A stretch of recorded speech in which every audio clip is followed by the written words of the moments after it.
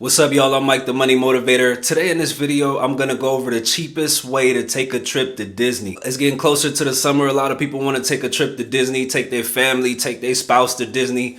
So in this video, I'm gonna go over the cheapest way to take a trip to Disney. If you're new to my channel, make sure you like and subscribe to give financial tips every week. The first most important thing when you're trying to take a trip to Disney is the time that you're going on the trip. A lot of people go on vacations that are date specific. I want to go on a summer trip, I want to go on a winter trip, but to get the cheapest airfare, you have to book according to when the time is the cheapest. You have to be less time specific and price specific. So I'm going to start off with flights. When you're doing your research, Google is probably all you need to get you to the cheapest travel to Disney. So you're searching up flights, just type in Google the cheapest flights to Orlando.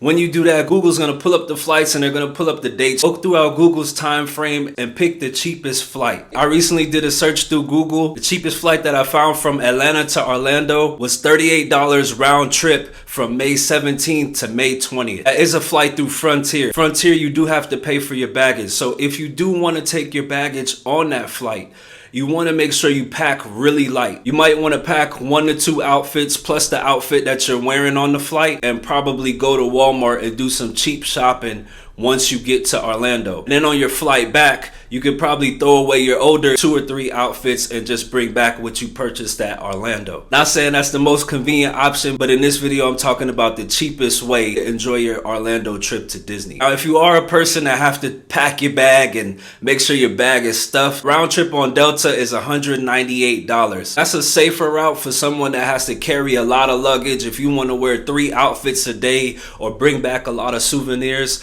it's probably better to go with Delta because you don't have to pay for your carry-ons, and that's $198 round trip. Another thing you want to do prior to your trip, if you have any credit cards that's travel specific, if you do a lot of traveling with your credit card with Sky Miles, you can use those Sky Miles towards your trip, maybe get a free flight, maybe get discounts, but that's only if you're traveling regularly. Another credit card hack is if your credit card has cashback rewards. Make sure you're doing all of your purchases on your credit card, but do make sure that you're paying those credit cards off. As those cashback rewards accumulate, you can use those rewards to pay for gas, a meal, or even a souvenir while you're down in Orlando. All right, so now we got the flights booked.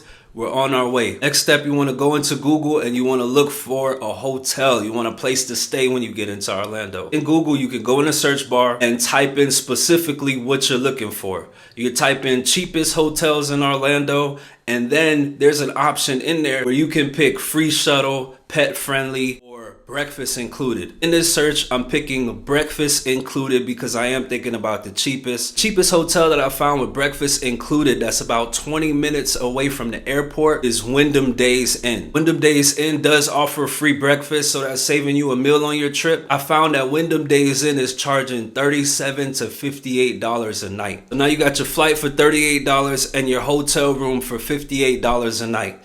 You're now ready to go on your trip. The reason why I say you're now ready to go on your trip, you don't want to buy your Disney tickets before you get to Florida. Florida residents get discounts on Disney tickets. There's locations in Orlando everywhere to buy discounted Orlando tickets. You can even go online and find people that work at Disney or live in Florida that sell discounted tickets. The way that I do it, I wait till I get to Orlando and I pull up souvenir store. They sell tickets everywhere at a discounted price, cheaper than what you'll find them online. Now that you touch down in Orlando, you're gonna need transportation. Lyft drive from the Wyndham Days Inn is $22 to $25. So if you wanna drive Lyft, that's $50 total on your trip. You can also go into Google and type in public transportation.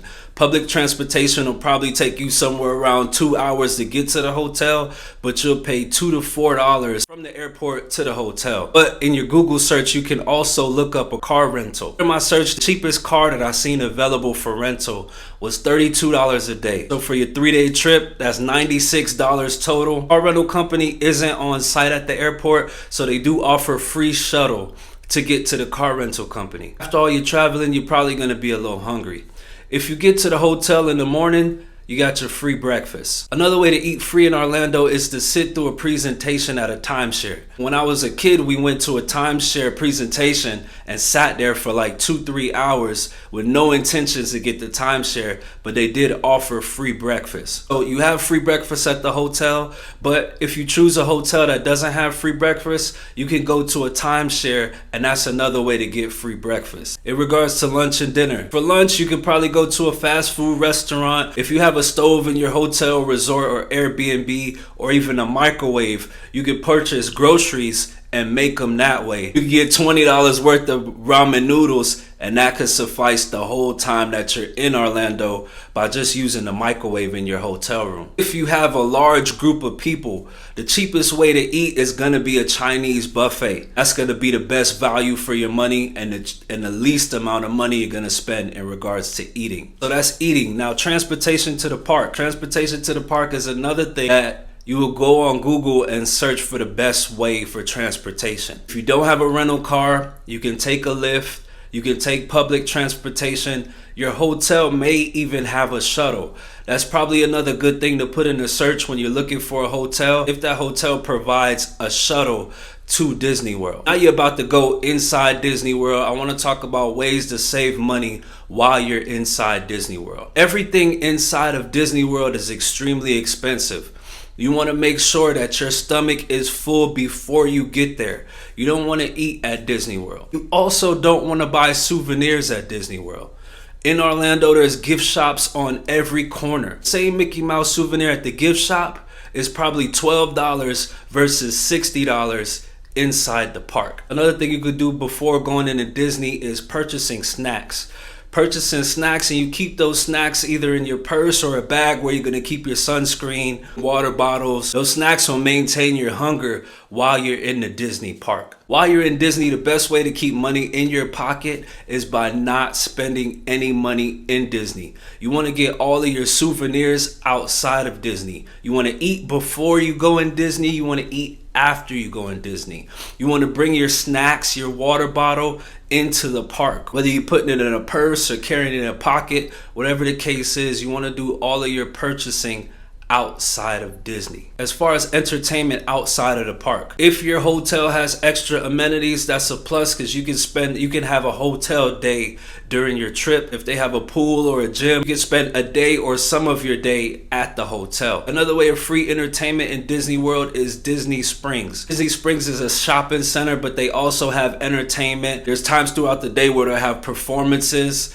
and entertainment. So you can get entertainment and go shopping or window shopping if you want to keep money in your pocket for entertainment. Google is another good place to find free entertainment while you're in Orlando. And that's it. That's your inexpensive trip to Disney World. Last tip I want to give you in regards to your trip to Orlando is to avoid tolls. Last time I went to Orlando, I made the mistake of just using my GPS to go everywhere, and I probably spent somewhere from $20 to $30 in tolls. So avoid tolls. There are a lot of tolls in Orlando when you're getting on the highways. Some of them will creep up on you. It's better to use your GPS and let your GPS tell you where the tolls are in Orlando. But that's it, y'all. I hope that was helpful. You can take your family on a 3-day Orlando trip for around $600, and that be feasible for everybody. I'm Mike, the Money Motivator. Make sure you like and subscribe. I'll be back next week.